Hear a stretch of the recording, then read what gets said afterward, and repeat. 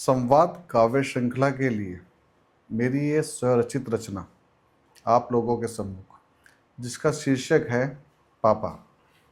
पिता।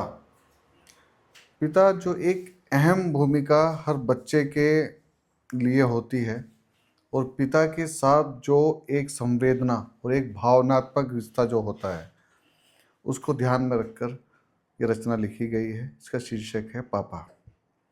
एक दिन बालपन में मैं इठलाया और पापा के पास जाकर खड़ा हो गया और इठलाते हुए बोला कि पापा देखो, मैं तुमसे बड़ा हो गया। पापा कुछ नहीं बोले, मुस्कुराए और बोले कि मैं तो बाप हूँ, मुझसे बड़ा हो जाना, पर ये ऊंचाई जमाने को ना दिखलाना, क्योंकि ये जमाना किसी को ज़्यादा दिन ज़्यादा देर तक ऊंचाई पर देख नहीं पाता है। अब जब पापा साथ नहीं हैं तो उनकी हर बात याद आती है।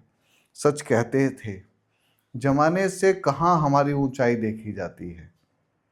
क्यों चले गए साथ छोड़कर, तुम्हें तो साथ निभाना था, और मैं कितना ऊंचा उड़ सकता हूँ, मुझे तुम्हें ही बस दिखलाना था।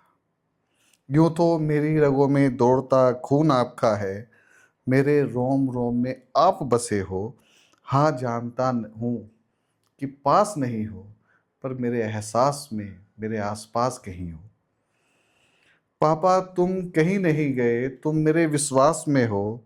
जब कोई मुझे तुम्हारा प्रतिबिंब बताता है तो सच कहता हूँ, गर्व से सीना चौड़ा हो जाता है। कठोर सा दिखने वाला बाप कितना कोमल हो सकता है, कभी सीने से लगा कर देखो, वो बच्चे की तरह रो सकता है।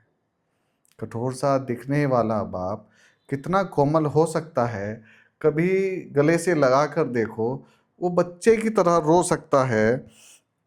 नहीं देखा भगवान को, पता नहीं कैसा होगा, पर कहीं ना कहीं मुझे लगता है कि पापा वो कुछ कुछ तुम्हारे जैसा होगा।